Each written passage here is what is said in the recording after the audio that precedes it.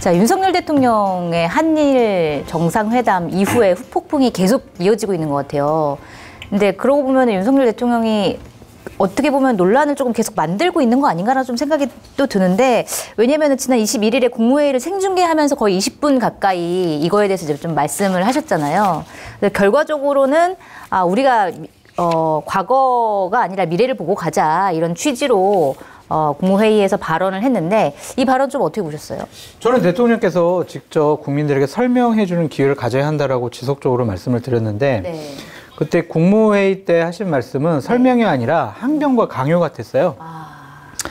내가 그렇게 할 수밖에 없는 이유가 말이야 이거고 저거고, 그냥 했던 얘기를 그대로 네. 김태효 안보실 1차장이나 아니면 박지원 외교부 장관이 했던 얘기를 그대로 하신 거라서 네. 우리가 궁금했던, 정말 왜 갑작스럽게 그렇게 급하게 다 양보하면서 왜 그러한 협상을 했을까? 그거에 대한 답을 못 얻었어요. 네. 그리고 좀 유감인 거는 뭐냐면 네. 일본 발로 뒷얘기들이 막 나오잖아요. 네. 그것과 관련해서 계속 아니에요 해명하는 분위기잖아요. 네. 기자들과 일문일답을 했으면 그런 거를 한번 솔직하게 말씀하시고 또 궁금한 것들 다 물어보면 네. 그런 기회가 좋지 않았을까. 왜 그냥 일방적인 메시지 낭독만 있었을까 하고도 효과는 못 얻었다. 그래서 아쉽다라고 말씀드려요. 궁금한 게 되게 많았는데 오히려 그런 지점은 설명이 없더라고요. 그래서 왜 내 말을 못 알아들어? 내가 결단을 했는데 왜 계속 그렇게 막 혼내는 분위기였어요, 보니까. 맞아요. 그래서 이게 뭐지? 왜 하시지? 그 생각이 들더라고요. 네, 김 작가님 어떻게 보셨어요? 저는 그러니까 외교 정책은 한 나라의 방향을 정하는 데 되게 중요한 일이고요. 뭐 이원집 정부제로 가게 되면 대통령이 하기에 외교 분야 사실 뭐 이렇지 않습니까? 네. 통일 뭐 이런 쪽에 이제 큰 방향을 가져가자고 해서 대통령의 통치력이 좀 가장 중요한 부분을 차지하고 있는 거란 말이에요. 그래서 예전부터 외교 정책과 관련돼서는 보통 한 1년 차에, 집권 1년 차에 본인의 구상을 밝히고 그 구상에 따라서 나머지 4년 동안 쭉 집행하는 방식으로 많이 해왔습니다. 대표적인 게 노태우 대통령의 77 선언. 네. 그러니까 1988년 올림픽이 있기 2달 전인 7월 7일에 우리는 앞으로 이제 북한하고 교류하겠다. 그래서 남북한 문화, 예술, 학술 전면 교류를 허용하겠다. 네. 북한 매체의 한국 상영을 허용하겠다. 뭐 등등 해서 6가지, 6번째가 이제 러시아, 중국 등, 소련, 중국 등 공산권과의 여러 가지 교류를 하겠다라고 선언을 하고 네. 2달 후에 동서방, 즉 공산권과 민주주의권, 자유민주주의권을 다 모아서 올림픽을 치르고 그 에너지로 중국과 러시아와 수교를 하고 그 전에 야당과 여당을 설득하는 작업. 그 당시는 반공이 완전히 나라를 지배하고 있었기 때문에 네. 소련이나 중국이라는 나라와 수교한다는 자체가 굉장히 모험이었거든요. 그러게요. 그 설득 작업을 어떻게 했을까요? 그러니까 먼저 선언을 하고 그 내용으로 정치권을 설득하고 거기에 동의를 끌어내고 여기가 다 돈줄이다. 실제로 그 중국과 수교한 이후로 우리가 32년 동안 한 해도 빼놓지 않고 대중국 무역 흑자를 기록하면서 IMF 오고 다 넘어섰던 거 아니에요. 네네. 김대중 대통령 베를린 가서 베를린 선언하시면서 햇볕 정책에 대한 설명을 전 세계에 하시고 거기에 맞춰서 남북 간의 대화를 풀어간 과정이 있었는데 윤석열 대통령 아무것도 없었죠. 네. 뭘 아무것도 없어요 했지. 뭐요? 한미일 군사협력을 통해서 북한의 핵 위협을 막겠다. 그 지금 나 혼자만 해도 넘치는 판에 꼭 같이 거들어 주시니까 고맙네요. 근데 이제 윤석열 대통령이 지난 3일절에 그 뭐 비슷한 얘기를 약간 하긴 한 건데 아무런 그랜드 플랜이라는 게 없었던 것이고 네. 이번 했던 항변성 23분짜리 담화를 1월쯤 먼저 했다라면 어땠을까? 오히려 어쨌거나 네. 대일본 정책은 우리가 해결해야 되고 어쩌고저쩌고 이렇게 해서 좀 무리가 있더라도 피해자들의 설득을 구하겠다라고 하고 최소한 보수 진영과 중도 진영까지 해서 한 50%의 국민을 설득을 먼저 해놓고 네. 야당에도 제안하고 야당이 거절하면 우린 제안했는데 거절당했다는 명분이라도 쌓아놓고 다음 일을 진행했으면 좋은데 그렇게 하지 않았죠. 왜? 아무런 생각이 없거든요. 그냥 네. 지금 바이든 대통령한테 물어보니까 하여튼 일본하고 관계 개선 안 하면 안 된다고 하니까 그냥 허겁지겁 거기다 문재인이 했던 거 반대로만 하면 된다는 생각에 큰 그림을 국민들에게 보여주지 않고 정치권에 설득하지 않고 닥치는 대로 일하다가 안 되면 나중에 와서 그러니까 완전히 순서를 거꾸로 돌리고 있어서 지금 문제가 생기는 거라고 봅니다. 알겠습니다.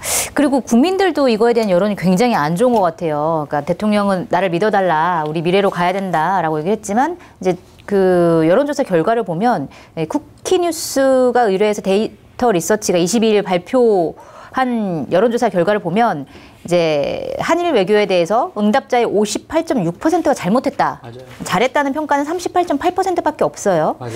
그리고 일본은 정반대더라고요. 일본 신문은 예를 들어서 요미우리 신문에서 발표한 거는 긍정평가가 65%, 부정평가가 24%. 맞아요. 네. 약간 이런 식이니까, 이 일본에서는, 아, 감사합니다. 우리가 굉장히 많은 걸 얻었네요. 한국에서는 이게 뭐냐, 얻은 게 하나도 없다. 약간 이렇게 기울어진 운동장 같은, 상황이 아니냐라고 국민들이 평가를 하고 있는데, 이 평가는 계속 이어질까요? 이게 지지율, 대통령의 국정운영 지지율 하락으로 계속 이어지게 될까요? 어떻게 보세요? 대통령이 반전을 노리는 대목은 두 대목이 있을 겁니다. 일단 한미 정상회담 가서 국빈 만찬 또 얻어먹지 않습니까? 가서 신나게 만찬이니까 또 엄청 차려서 놓을 테니까 이제 전 거기에 참이슬을 들고 가시는지 여부가 저로서는 개인적으로 굉장히 관심사고요. 네. 가서도 소폭을 말 것인지. 요게 일단 군감하고 그다음에 5월에 G7 정상회담에 우리나라가 옵저버 자격으로 참여해서 네. 세 나라 한미일 정상이 함께 방위 관련된 이야기를 할 텐데 아마도 거의 동맹 수준의 안보 전략을 발표할 것 같은데 전 이게 우려가 더 많이 되긴 합니다만 하여튼 네. 거기에서 한번 지지율 만회를 시도해보고 마지막 활용 정점은 기시다 총리의 방안이겠죠. 네. 7월쯤 방안을 계획하고 있다는데 이건 제가 예언할 수 있는데 장담하는데 네. 임재성 변호사도 이미 지적했습니다만 기시다 총리는 방안의 조건으로 2015년 위안부 합의를 끌고 나올 것이고 네. 그때 소녀상 문제를 적절하게 처리하겠다는 것이 합의문에 들어가 있었잖아요. 네. 주 일본 한국 대사관 앞에 주 한국 일본 대사관 앞에 소녀상 치울 겁니다.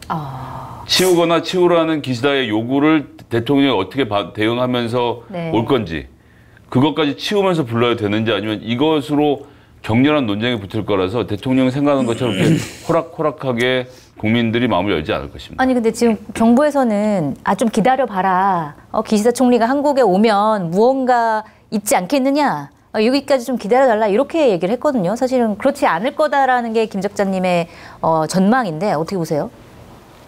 국익을 위해서 기다려보고 또한 일본에 적극적인 호응이 있어야죠. 네. 안 그러면은 저 일본에게 주도권 뺏겨서 계속 끌려다닐 거란 말이에요. 네. 앞으로도 많은 한일 간의 현안 문제와 관련해서 우리는 우리의 국익과 관련된 얘기를 하지 못할 거예요. 네. 그런 상당히 문제가 있으니까 기시다가 만약 7월 달에 온다면 그때 호응하는 조치를 분명히 들고 와라. 네. 그리고 들고 오도록 그동안 이제 외교적인 협상을 이 정부가 잘 해야 된다. 뭐 한일 정상회담 끝나고 나는 거 보니까 아무것도 없었는데 뭐 7월 달까지 뭘 기다려 이러면은요. 네. 나라랑 국민들이 힘들어지니까 이 외교 문제만큼은 좀 잘할 수 있도록 우리가 좀 채찍질도 하지만 격려도 해줄 필요가 있다. 네. 잘못된 방향으로 가면 안 되잖아요, 진짜. 그렇죠. 단순히 한일 간에 담장을 뭐 무너뜨리는 게 아니잖아요. 네. 자칫 잘못하면 동북아 패권주의에 있어서 우리가 일본과 미국과 중국과 러시아, 북한 사이에 껴가지고 정말 숨막혀 죽을 수도 있어요. 그러니까 이게 대통령이 정말 이 군사적인 위협과 안보적인 위협, 외교적인 위험성을 감지를 하고 미리 네. 선제적으로 한일 간의 우호 협력 관계를 회복시킨 거다라고 믿고 싶어요. 네. 근데 현재까지 나온 거 보면 아주 사소한 뒷얘기들 때문에 대통령과 대통령실이 상당히 곤혹스럽고 우스워졌다. 그러게요. 라고 볼 수밖에 전 없어요. 지금 30년의 앞으로 동아시아 지역에서 한국의 역할에 대해 30년 미래를 놓고 보면 한일 관계를 망친 주범이 윤석열 대통령을 결국은 평가가 될 겁니다. 역사적으로. 왜냐하면 네. 마켓 한의의 전 제품은 회원에게 무료 배송입니다. 회원 가입하시고 혜택을 받아 가시기 바랍니다. 30년의 앞으로 동아시아 지역에서 한국의 역할에 대해 30년 미래를 놓고 보면 한일 관계를 망친 주범이 윤석열 대통령을 결국은 평가가 될 겁니다. 역사적으로. 왜냐하면 네. 지금 양보하고 있는 수준은 거의 항복 문서를 작성하는 수준이라 네. 다음 2027년에 새 정부가 들어서면 그것이 보수이건 진보이건 상관없이 윤석열 대통령이 약속한 걸 다 지킬 수가 없어요. 네. 그러면 이런 상태에서 일본하고 한국이 다시 한번 일본과 했던 약속을 깨게 되면 한일 관계는 정말 돌이킬 수 없는 파탄의 지경으로 갈 가능성이 높은데 그런데 이렇게 무리한 항복을 그 다음 정부가 이어서 간다?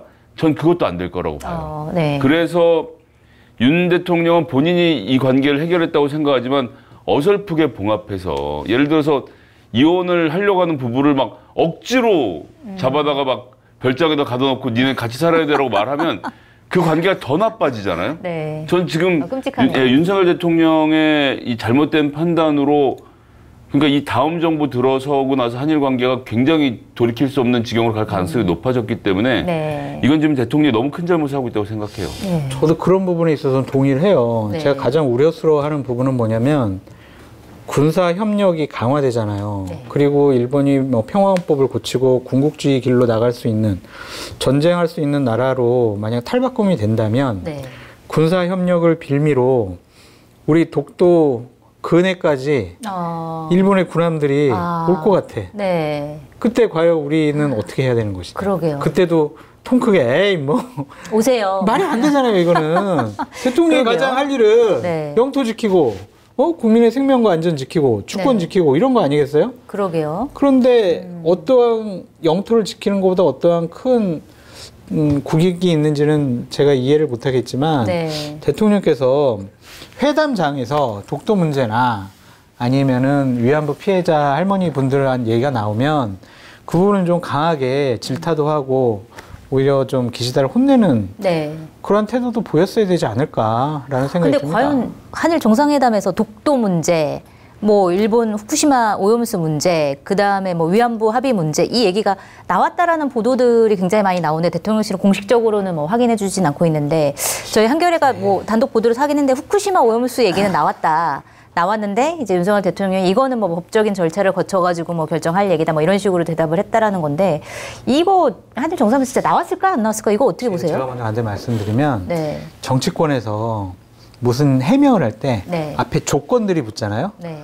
그럼 했다고 보면 돼. 그러니까 만약 이게 독도 문제라든지 후쿠시마 뭐 수산물 문제라든지 위안부 네. 피해자 할머니 분들 관련해서는 정부의 당국자들의 하는 얘기들이 뭐냐면 네. 공식 의제는 아니었다. 그렇죠. 그러니까 말이 되게 이상하잖아요. 기억이 나지 않는다. 그리고 수인수 회담이나 확대 회담에서 네. 공식적으로 논의하지 않았다. 네.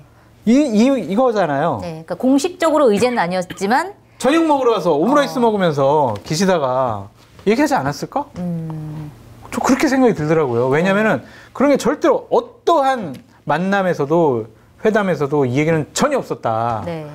그렇게 항변을 못 하더라고요. 그러면은 뭔가 있지 않을까 하는 생각이 들어요. 그러니까요. 어떻게 보세요? 찝찝해. 그 이제 정치적 판단이나 역사적 맥락에서 사고할 수 없는 윤석열 대통령 같은 사람에게 닥치는 문제인데요. 네. 그러니까 작년 11월에 아소다로 자민당 부총재가 그 기시다 총리의 명을 받고 한일 관계 개선에 책임을 지고 한국을 방문을 했었습니다. 네. 그래서 회담하는 과정에서 무슨 얘기를 했냐면 아소다 다로가 이 사람 이제 대표적인 그 아주 나쁜 사람인데 네. 총리 출신이고 예. 대표적인 아주 진짜 못되게 했지 우리나라한테. 네. 아 이거 미국도 남북 전쟁 있었다. 근데 남북은 입장이랑 북북은 입장이 같을 수가 없는 거 아니냐. 그러니까 각자 전쟁을 바라보는 시각에 따라서 전쟁의 성격 규정이 달라지는 거다. 네. 이런 얘기를 했어요. 박근혜 대통령도 그 얘기를 알아듣고 대노에서 그 다음 날이 3.1절 기념일이었는데 그 다음 날인가 그 다음 날이 일본에게 선전포고 수준의 그 경문을 써서 발표를 하죠. 뭐 그때 전 뭐 천년만년 잊지 않을 것인가 하여튼 뭐 이렇게 해서 박근혜 대통령이 그렇게 센 말을 했던 것은 아소다로 그 당시에 총리였던가 그랬을 텐데 그 사람이 남북전쟁 얘기를 꺼내서 그것에 격려했던 것인데 네. 윤석열 대통령한테 이 얘기를 했어요. 근데 윤석열 대통령이 듣고 눈을 멀뚱멀뚱 뜨고 있었다는 거예요. 이게 자기한테 욕하는 건지를 알아듣지는 못하고 그냥 넘어갔다는 것이거든요. 네. 이 얘기는 제가 꾸며낸 얘기가 아니라 중앙일보의 칼럼에 김영 칼럼에 나왔던 얘기입니다. 네. 그런데 이번에도 같은 거죠. 기시다 총리가 오염수 문제라든지 독도 문제라든지 뭐 멍게 뭐 등등 얘기를 꺼내면 어느 얘기까지 어느 수준에서 정리해야 될지 본인 판단이 없었던 거죠. 네. 예를 들어 독도 문제 얘기가 나왔으면 정상적인 대한민국의 대통령은 총리님 잠깐만요. 독도라뇨. 독도가 일본 땅이라고요? 그렇게 지금 말씀하실 것 같으면 저 이 회담은 여기서 끝입니다. 라고 하고 자리를 박차고 나오든가 네. 아니면 현장에서 최소한 강한 유감을 표명해야죠. 네. 이렇게 하시면 회의 못합니다. 근데 이분 지금 에비수 생맥주 제가 한국에서 주섬주섬 참이슬을 갖고 왔는데 이거 한번 타보시겠습니까? 생맥하고 소맥 말아갖고 그걸 마시고 있었던 거 아니에요. 기시다 총리가 술 엄청 잘 먹거든요. 그래요? 예, 술 한 번도 취한 걸 본 적이 없다고 할 만큼 술을 잘 먹는 사람인데 그러니까 마시면서 뭘 얘기했는데 들었겠어요? 그러니까 일단 오로지 관심은 폭탄주에 있었나? 아니 그거는 너무 폄하하는 거고. 과도한 표현인데 과도한 표현인 걸 인정하고요. 그렇지만 하여튼 그런 외교적인 잽이 들어왔을 때 어떻게 반응해야 될지 모르니까 다 멀뚱멀뚱 듣고 있으니까 뒤에 가서 외교부 관계자들이 수습을 해야 되니까 네. 의제로 논의한 적은 없습니다라고 이제 엉뚱한 소리 하는 거예요. 원래 정상적으로 했다면 기시다 총리가 독도 얘기를 언급해서 대통령이 강하게 책상을 한번 내리치면서 네. 이렇게 하시면 회담 못합니다라고 했더니 기시다 총리가 사과해서 넘어갔다. 네. 뭐 오염수 얘기를 했더니 그건 국제법상으로 해야지 여기서 그 얘기를 왜 꺼내십니까라고 단호하게 맞받아쳤다. 그러니까 오염수 얘기 지금 나오는 거예요. 그건 어느 정도 답변을 한 거거든요. 나머지는 네. 이게 우리한테 공격하는 건가를 못 알아듣고 네. 있었던 것을 대통령실과 외교부가 감싸려고 하는 과정에서 오만 딴 얘기가 나오는 거로 좀 봅니다. 아니 근데 이제 폭탄주나 뭐 맥주 한잔 한 거 가지고 시비 걸 건 아닌 것 같아요. 왜냐하면 정상들 간의 스킨십을 강하게 해서 술 한잔 하는 거는 다 있는 일이고. 네, 그렇죠. 뭐 그럼 외국 정상들끼리 와인 마시면서 우아하게 하면은 그거는 괜찮고, 괜찮은 정상회담이고 폭탄주 이렇게 한 잔 마시면은 안 좋은 거고. 그러니까 한 잔 마시면 괜찮아요. 취할 때까지 마시지 않으면 되는 거지. 누가 한 잔 마시고 두 분 다 술이 세시다면서요. 기시다 총리랑 윤석열 대통령이랑. 사진 잘 보시면요. 나와서 차 탈 때쯤 되면요. 윤석열 대통령 막 지금 너무 좋은 상태로 탔거든요. 그러니까 술 먹고 친해진다는 자체가 국가 간의 외교에 그런 일이 어떻게 발생을 합니까? 아니 그러면서 이제 기시다가 저희 윤석열 대통령님 제가 4월달 5월달 일부 지방선거 네. 치러야 되는데 그때까지만 좀 제 체면 세워 주십시오. 제가 그럼 7월달 방문할 때 네. 화끈하게 제가 호응하는 우리들의 대안, 우리들의 정책 다 갖고 가겠습니다. 그러니까 좀 몇 달간만 좀 참아주세요. 네. 그래서 윤석열 대통령께서 아주 너그러운 마음으로 알았어 내가 그냥 그동안에 내가 참아줄 테니까 화끈하게 가져와 이러지 않았을까? 아, 그러면 우리가 또 일본 선거 끝날 때까지 또 기다려야 되는 거죠? 7월달까지 기다려봐요. 대표적으로 일본의 외교는 강약약강이죠. 미국이란 나라에게는 아무런 자존심도 세우지 않고 모든 걸 팔고 고개를 숙이는 반면에 그 스트레스를 다른 데다 풀기 위해서 다른 나라와의 외교에서는 굉장히 고압적인 자세를 취하는데 지금처럼 윤석열 대통령이 숙이고 들어간 상태에서 기시다 총리가 우리를 위해서 숙인다는 그림은 저는 안 될 겁니다. 짜고 치는 고수배 아닐까요? 게다가 이번에 좀 고개만 숙여달. 내각제 국가에서 기시다는 외무상까지 지낸 외교통이기 때문에 보세요. 지금 윤석열 대통령 한국 들어와서 우물쭈물 2주 동안 먼 기회는 없었고요. 독도는 안 한 것 같은데 의제는 안 나왔는데 어쩌고 이런 변명을 하고 시간이 지나가고 있는 반면에 기시다 총리는 당장 우크라이나까지 날아가서 동북아 지역에서 어떤 본인의 위상을 확인하면서 정치를 하고 있지 않습니까? 네. 윤석열 대통령이 방일한 다음 계획이 뭐예요? 없잖아요. 한미 정상회담을 준비하는 기간으로 삼고 있다. 네. 알겠습니다. 국빈 방문에. 자, 그리고 이번 국무회의의 발언에서 또 문제가 됐던 게 바로 그거예요. 약간 갈라치기 한다라고 하는 비판 여론이 좀 나오고 있는데